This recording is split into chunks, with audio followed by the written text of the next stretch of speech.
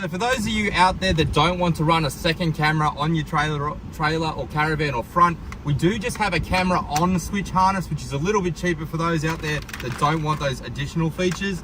The camera on harness installs the exact same way, just a little bit easier. There's no module, it literally just plugs into the back of the unit, and it comes with a single button switch. So just a reverse camera on and off switch, and it'll work the same way as the dual button, but it'll just do this, which is activate the factory camera anytime.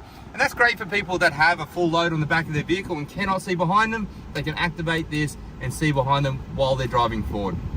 So if you're doing the camera on switch only, it's slightly different to our multi-camera kits. You're only going to have 2 plugs and a single switch wiring here, okay? So all you're going to do on the back is the 28 pin plug here. You're going to undo that one, and then the main power plug. You don't need to do the other 24 pin plug. If you've watched our other videos, the camera on switch is a little simpler, less to actually wire in, okay? It's just going to be the 2 plugs straight into the back of the radio, T-piece it in, plug and play again. You don't need to worry about wiring anything.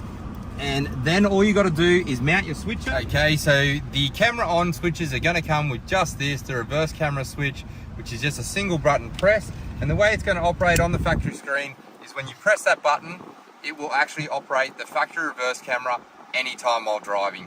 So you'll just mount that in one of the switch locations that you have on your vehicle. Very easy to do. We're going to show you how to mount the switches right now. Once that's done, you can put the stereo back in the dash, and when you put the vehicle in reverse, it will automatically show the reverse camera.